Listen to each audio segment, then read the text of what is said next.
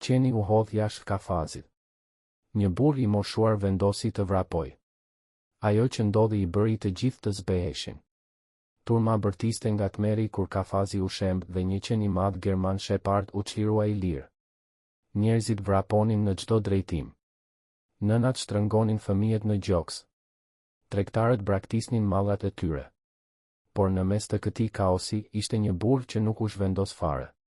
Plaku me flok gri dhe shkop druri qëndronte I patundur në shtegun e kafshës së tërbuar. Fytyra e tij mbetej e qetë. Të gjithë bërtitnin, vrapo. Por ai vetëm shtrëngoi më fort shkopin dhe bëri një hap drejt qenit. Sheshi I qytetit vazhdonte jetën e tij të zakonshme. Fëmijët vraponin pas njëri tjetrit mes tezgave të tregut. Gratë zgjidhnin perime të freskëta dhe burrat diskutonin lajmet e fundit pranë kioskut të gazetave. Askush nuk mund ta imagjinonte se brenda një minute rutina e ditës do të shndërrohej në një makth. Fillimisht u dëgjua një përplasje e mbret metalike, si një çekiç që godet hekurin. Njerëzit u kthyen. Në fund të rrugës, një kafaz ishte rrëzuar. Porta ishte hapur dhe diçka që u angriti gjakun njerëzve në vend doli jashtë. Një femër gjigante German Shepherd, me putra të fuqishme dhe qime të zeza e të shkëlqyeshme, avancoi përpara. Dhëmbët I shndrisnin, buzët I kishte ngritur në një hungërim të egër dhe syt I digjnin nga zemërimi. Dukej sikur edhe ajri dridhej nga tërbimi I saj. Bërtitjet shpërthyen menjëherë. Nënat kapën fëmijët dhe I tërhoqën drejt strehimit. Të rinjt e vajzat vrapuan drejt rrugicave duke u penguar e rrëzuar. Tregtarët hodhën shportat duke lënë frutat të rrokulliseshin nëpër kaldrëm. Gëzimi u shndërrua në panik. German Shepherd I vraponte në përshesh, putrat I përplaseshin në guret e kaldrëmit dhe frymëmarrja e saj tingëllonte si ulërima e një përbindëshi. Askush nuk shikonte pas. Të gjithë donin vetëm të fshiheshin larg atij shikimi grabitqar. Por mes turmës së tmerruar ishte një burr që nuk u zhvendos. Një plak me flok argjendi dhe shkop në dorë qëndronte në qendër të sheshit. Qëndrimi I tij ishte I patundur dhe shikimi I tij I qetë, I sigurt. Ndryshe nga të tjerët, ai nuk u përpoq të ikte. Njerëzit bërtisnin nga larg, ik. Shpëto veten. Por ai vetëm shtrëngoi më fort shkopin. Fytyra e tij e mbushur me rrudha nuk tregonte frikë, por një vendosmëri të çuditshme. Dhe kur qeni u hodh drejt tij, u bë e qartë, diçka është gati të ndodhë që do ta ndryshojë këtë ditë përgjithmonë. Turma u tërhoq gjithnjë e më shumë, duke lënë sheshin bosh. Dukej sikur I gjithë qyteti kishte ndalur duke vëzhguar përplasjen mes plakut dhe German Shepherdit të tërbuar. Çdo përplasje e putrave të kafshës në guret e kaldrëmit jehonte si daulle në gjoksin e spektatorëve. Kafsha afrohej dhe askush nuk besonte se një burr me një shkop mund të përballonte atë fuqi. Vrapo, bërtisnin gratë pas një tezgë të rrëzuar. Do të coptoj. Por plaku nuk lëvizi. Duart I dridheshin pak, por në syt e tij nuk kishte panik, as frikë, vetëm qëndrueshmëri. Qeni tani ishte vetëm disa hapa larg. Hungërima e saj përshkonte ajrin. Pështyma I pikonte nga dhëmbët. Edhe një çast dhe do të hidhesh. Shumë mbuluan syt me duar, të paftë të shikonin. Dhe atëherë plaku bëri diçka që askush nuk e priste. Ai ngriti dorën ngadalë, jo për të mbrojtur, jo për të sulmuar, por sikur po jepte një përshëndetje. Gishtat I ushtrin përpara, sikur donin të preknin kafshën. German Shepherdi u hodh. Ajri u pre nga ulërima e saj. Në atë moment, edhe fëmijët pushuan së qari. Një heshtje e dendur dhe e panatyrshme mbuloi gjithçka. Dukej sikur koha ishte ndalur. Dhe pastaj ndodhi e pamundura. Disa centimetra nga fytyra e plakut, qeni ndaloi. Dhëmbët I shkëlqenin nën rrezet e diellit. Frymëmarrja e tij ishte e nxehtë e rëndë, por nuk I mbylli nofullat. Syt e tij, plot furi, papritur u drodhen. Për një fragment sekonde, në ta u shfaq një shprehje hutimi. Turma lëshoi një pshertim. Dikush ra në gjunjë. Një tjetër vuri duart në gjoks, por plaku nuk mbylli syt as për një çast. Shikimi I tij ishte I patundur dhe në të dukej diçka ndryshe, njohje. Bir, qetësohu. Ti je vetëm I humbur. Dikush në turm pëshpëriti, pse nuk sulmon? German Shepherdi nxori një frymë të fortë, sikur po luftonte kundër një zinxhiri të padukshëm. Kraharori I ngrihej dhe zbriste. Qimet rreth qafës I ishin ngritur. por atëherë u dëgjua një tingull i butë, jo një hungërim, por një vaj i ngjirur. Qeni lëshoi një ulërim të shkurtër dhe të mbytur, si një ankesë. Plaku bëri një hap drejt kafshës, pëllëmba e tij pothuajse preku turirin e bishës dhe në atë çast gjithçka u qartësua. Sytë e qenit u ndryshuan. Ende kishte tension në ta, por pranë tij u shfaq dhimbja. Një dhimbje e thellë, e vjetër, si të mbante brenda të gjitha padrejtësitë dhe mizoritë që kishte pësuar. Turma qëndroi e ngrirë duke mbajtur frymën. Edhe tregtarët e fshehur pas tezgave shtrinin qafat nga frika se mos humbnin një çast. Plaku foli ngadalë, por me vendosmëri, mbaroi gjithçka. Askush nuk do të lëndoj më. Fjalët e tij tingëllonin të thjeshta, por të rënda. Një nën që mbante dorën e fëmijës filloi të qante. Një djalosh i mbështetur pas murit përshpëriti, kjo s'është zbutje, është besim. Qeni uli pak kokën dhe e nguli shikimin drejt e në syt e plakut. Në atë shikim kishte ende gjurmë zemërimi, por pranë tij u shfaq edhe një mall, si ai një qenie të humbur që prej kohësh kërkonte vendin e vet. Në atë çast u dëgjua një lëvizje në turm. Në shesh hyn persona me uniforma, punonësit e shërbimit të kapjes së kafshëve. Në duar mbanin shtiza me lak, rjeta dhe litar. Fytyrat e tyre ishin të ngrysura, hapat të shpejt dhe të prerë. Ana mbrapa, thiri njëri prej tyre. Kjo është e rrezikshme. Turma u tërhoq edhe më shumë. Të gjithë menduan se tani qeni do të kapet dhe gjithçka do të mbaroj. Por plaku ngriti dorën duke kërkuar të ndalonin. Zëri i tij ishte habitshëm i fortë, nuk është e nevojshme. Ju po rrezikoni jetën tuaj, u përgjigj një prej punonjësve të rinj. Ky kafsh mund të shpërthejë çdo moment. Plaku e shikoi në një mënyrë që e bëri të heshtë. Në sytë e tij kishte aq siguri sa edhe më guximtarët u hutuan. Ai nuk është bish, tha plaku.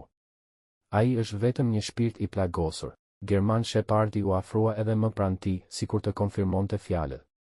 Bishti ju drodh për herë të parë dhe sytë ju mbushën me një shprehje të butë, pothuajse fëmijërore. Punonësit e shërbimit u pan mes tyre. Nuk dinin çfarë të bënin. Nga njëra anë, rregullat kërkonin ndërhyrje të menjëhershme. Nga ana tjetër, ajo që shihnin përpara tyre rrezonte gjithë idetë e zakonshme për tërbimin e kafshëve. Turma filloi të përshpërite, lëreni atë të vendos. Shikoni, qeni e dëgjon. Plaku e përkëdheli sërish qenin dhe u drejtua, duke u mbështetur të shkopi. Qeni u drejtua krah tij, pa e larguar shikimin, sikur ishte gati ta ndiqte kudo. Në atë moment, plaku buzëqeshi për herë të parë. Një buzëqeshje e lehtë, e lodhur, i rrëshiti në fytyrë. Eja me mua, mik. Dhe ai bëri një hap. German Shepardi e ndoqi në krah. Hapat e tij ishin ende të rëndë, por jo më kërcënues. Turma u hap, duke i ndjekur me sy. Disa duar trokisnin, disa qanin. Punonësit e shërbimit deshën t'i ndiqnin, por plaku ngriti dorën. Unë jam përgjegjës për të. Në fjalët e tij nuk kishte lutje, vetëm vendim. Dhe atëherë ndodhi diçka edhe më e pabesueshme. Qeni, që pak më parë ishte gati të coptonte këdo, ktheu kokën drejt turmës dhe lëshoi një vaj të butë, sikur kërkonte falje. Njerëzit u ngrin, pa ditur çfarë të ndjenin, frikë apo mëshirë. Shikoni, tha plaku, atyre nuk u duhet një kafaz, u duhet një njeri. Këto fjalë u përhapën në përshesh si një val. Dukej sikur secili prej të pranishmëve kishte kuptuar se ishte dëshmitari diçkaje që nuk do ta harronte kurrë. Forcë, as në nështrim, por një mrekulli e vërtetë. Kur durimi u tregua më i fortë se frika, turma i ndoqi me sy ndërsa largoheshin ngadalë. Plaku me shkopin e tij dhe qeni i madh në krah të tij. Një skenë që askush nuk do ta harronte kurrë. Më vonë, njerëzit do ta rrëfenin këtë histori pa pushim. Disa do ta quanin heroizëm, të tjerë marrëzi, e të tjerë një mësim për gjithë qytetin. Por të gjithë do të kujtonin se atë ditë, në shesh, pan se forca e vërtet nuk qëndron as në aratisje, as në armë, por në dhëmbshuri. Ndërsa plaku dhe qeni largoheshin ngadalë nga sheshi, njerëzit u tërhiqnin mënjan pa e kuptuar, si të hapnin rrugën për diçka të shenjtë. Në fytyrat e tyre përziheshin tronditja, lodhja dhe një dridhje respekti. Pak minuta më parë, turma ikte nga tërbimi i bishës dhe tani përmbante lotët, duke parë se si ajo ecte bindur pranë burrit. Plaku mbante shkopin fort, por ecte pa ngull. Hapat e tij ishin të sigurt, sikur e dinte saktësisht çfarë po bënte. German Shepardi i ngjitej në këmbë, sikur kërkonte mbrojtje. Ajo merrte frymë rënd. Në sytë e saj ende dignin frika dhe dhimbja, por pranë plakut ajo zjarr po shuej. Shërbimi i kapjes së kafshëve nuk ishte larguar. 3 burra me uniformë shikonin njëri tjetrin, të pavendosur. Veglat e tyre dukeshin të padobishme përballë asaj që kishte ndodhur. Njëri prej tyre, megjithatë, guxoi të thoshte, ne kemi detyrim ta marrim. Është detyrë. Plaku ndaloi dhe u kthye drejt tyre. Shikimi i tij ishte i qetë, por aq i fortë sa burrat u ngrinë në vend. Nëse e merrni, tha ai do të kthehet në një kafaz. Aty vetëm do të bëhet edhe më i tërbuar. E vetmja gjë që kërkon është të kuptoj se ka dik në anën e tij dik që nuk do ta tradhtoj. Turma murmuriste. Njerëzit po pohonin me kokë. Një grua, duke mbajtur një fëmijë në krah, thiri, "Lëreni." Lëreni qenin me këtë burr. Zërat e mbështetjes u shtuan. Dukej sikur i gjithë qyteti ishte në anën e plakut dhe të qenit. Punonisit e shërbimit për kapjen e kafshëve shikuan njëri tjetrin. Pavendosmëria e tyre shihej qartë. Njëri prej tyre më në fund uli rjetën dhe tha, "Nëse merrni përgjegjësinë, ne nuk do të ndërhyjmë. Por, për Zotin, kini kujdes." Plaku tunte lehtë kokën dhe u kthye sërish nga qeni. "E dëgjove? Tani gjithçka varet nga ne." Qeni dukej se e kuptonte. Bishti i tij u drodh lehtë dhe ai afroi turirin te fytyra e burrit. Plaku e përkëdheli mes veshëve dhe për një çast dukej sikur gjithë bota përreth kishte zhdukur. Turma u shpërnda ngadalë. Njerëzit ende diskutonin atë që kishin parë, por secili mbante brenda të njëjtin ndjesi. Atë ditë, ata kishin qenë dëshmitar të diçkaje më të madhe se një takim mes njeriut dhe bishës. Kishte qenë një mësim. Plaku e çoi qenin përgjatë rrugicave të ngushta, larg sheshit. Zhurma e qytetit u fashit pak nga pak dhe mbeti vetëm zhurma e hapave dhe frymëmarrja e rëndë e kafshës. Kur arritën në një shteg të vogël pranë një parku, plaku u ul në një stol. Qeni u shtri pranë tij dhe vuri kokën në prerë të burrit. "Tashmë," tha plaku, duke i ledhatuar qimet. "Nuk je më vetëm." Gishtat e tij ndjen plagët nën qimet e trasha. Ai e dinte nga vinin ato shenja. Në të kaluarën kishte parë kafshë të thyra, të torturuara nga trajtime mizore. Ai kishte parë si shpirti i tyre shuej, si ktheheshin në hije të vetes, por ai e dinte gjithashtu se edhe te krijesat më të lënduara mbetej një shkëndi jete. "Ti je i fortë," përshpëriti ai. "Dhe ende i aftë të besosh."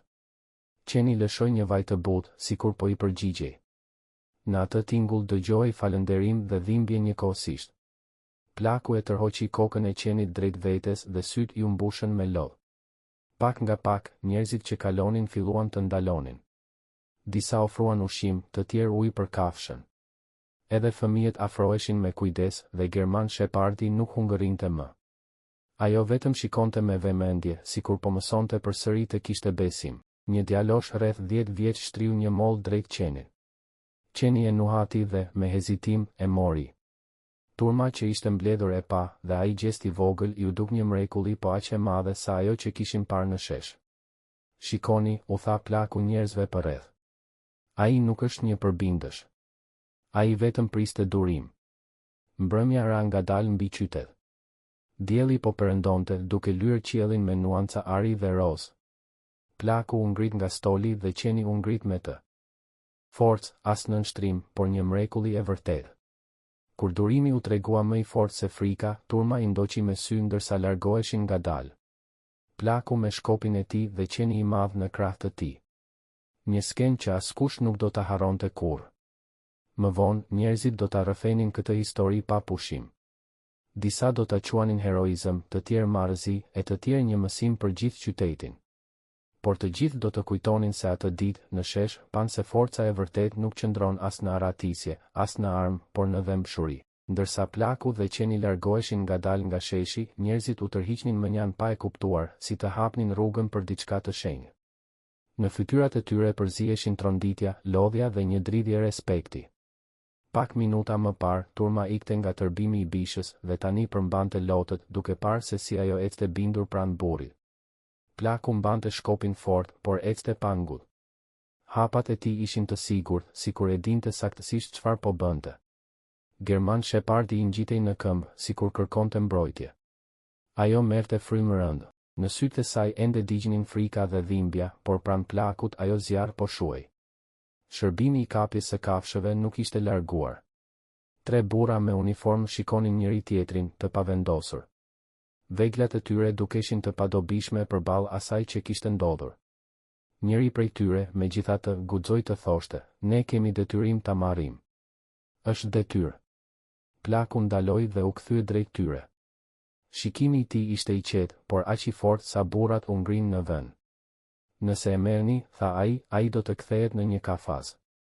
Aty vetëm do të bëhet edhe më i tërbuar. E vetmja gjë që kërkon është të kuptoj se ka dik në anën e tij dik që nuk do ta tradhtoj. Turma murmuriste. Njerëzit po pohonin me kokë. Një grua, duke mbajtur një fëmijë në krah, thiri, Lëreni. Lëreni qenin me këtë burr. Zërat e mbështetjes u shtuan. Dukej sikur i gjithë qyteti ishte në anën e plakut dhe të qenit. Punonisit e shërbimit për kapjen e kafshëve shikuan njëri tjetrin. Pavendosmëria e tyre shihej qartë. Njëri prej tyre më në fund uli rjetën dhe tha, nëse merrni përgjegjësinë, ne nuk do të ndërhyjmë. Por, për Zotin, kini kujdes. Plaku tunte lehtë kokën dhe u kthye sërish nga qeni. E dëgjove? Tani gjithçka varet nga ne. Qeni dukej se e kuptonte. Bishti i tij u drodh lehtë dhe ai afroi turirin të fytyra e burrit. Plaku e përkëdheli mes veshëve dhe për një çast dukej sikur gjithë bota përreth kishte zhdukur. Turma u shpërnda ngadalë. Njerëzit ende diskutonin atë që kishin parë, por secili mbante brenda të njëjtin ndjesi. Atë ditë, ata kishin qenë dëshmitar të diçkaje më të madhe se një takim mes njeriut dhe bishës. Kishte qenë një mësim. Plaku e çoi qenin përgjatë rrugicave të ngushta, larg sheshit. Zhurma e qytetit u fashit pak nga pak dhe mbeti vetëm zhurma e hapave dhe frymëmarrja e rëndë e kafshës. Kur arritën në një shteg të vogël pranë një parku, plaku u ul në një stol.